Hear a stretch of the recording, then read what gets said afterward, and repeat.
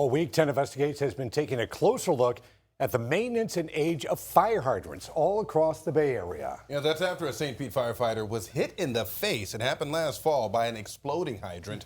That was made back in the 1970s. Well, now communities are evaluating the condition and the age of the hydrants. Tonight, Jennifer Titus shows you why one community is making it a priority and saying out with the old and in with the new when it comes to fire hydrants.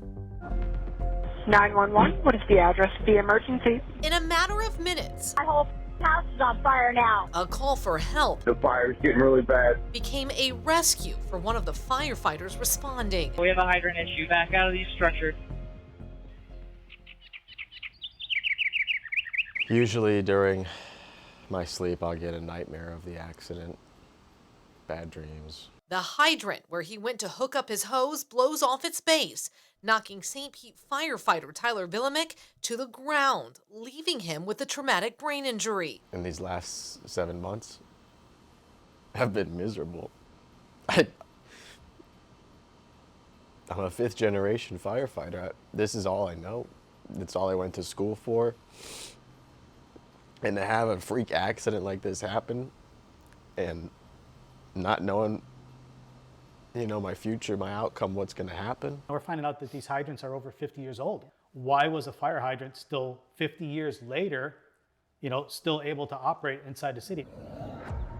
Our investigation uncovered that there is no statewide requirement to replace fire hydrants simply because they've reached a certain age.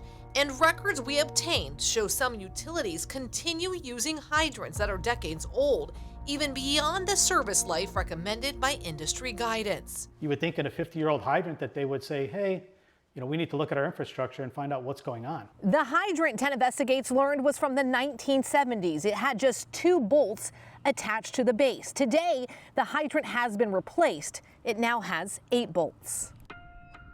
After Tyler was injured, St. Petersburg Fire Rescue warned crews about an undetermined number of these same hydrants they noticed with issues. But despite months of questions, the city never told us how many there were. So we sent the St. Pete memo about the incident to other fire agencies across the Bay Area, not only asking how old their hydrants are, but how many of these hydrants do they have in the city?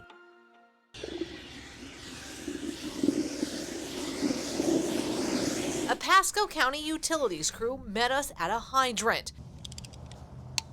So once that clicks, it's good. Telling us that they hadn't seen the memo until we sent it to them. Is this something that you would be okay with, or is this just something that you want to see? Yeah, so that picture there, absolutely not. What started with one firefighter's injury prompted Pasco County to inspect every hydrant with that design, 336 in all, identifying several that needed repairs or had to be taken out of service. We did identify them. We found a few that were deficient, which we called out of service, not too many. And we're in the process of replacing them, or they've already been activated back in service. Pasco County's operation and maintenance manager, Bradley Surrency, says the county's hydrants date back to about 1975. So that puts them right at about 50 years old. Those hydrants are now approaching or exceeding the lifespan recommended by the American Water Works Association. But unlike bridges, roads, or many other public infrastructure systems, there is no law requiring hydrants to be replaced because of their age. And we also have a hydrant replacement program, which we inspect and replace roughly 50 to 70 hydrants a year throughout the county when they're deemed life expectancy is expired. A system so robust that they hope within the next 5 to 7 years that there's not one hydrant in the entire county older than 30 years. And tomorrow night we're going to head to the biggest city in the Bay Area and see how the city of Tampa is maintaining their fire hydrants. Jennifer Titus, 10 Investigates. And if you've missed any of our series this week, just scan this QR code and we can get you caught up. You can watch our investigative series where we found aging and potentially vulnerable hydrants across the Tampa Bay area, including some dating back decades or more.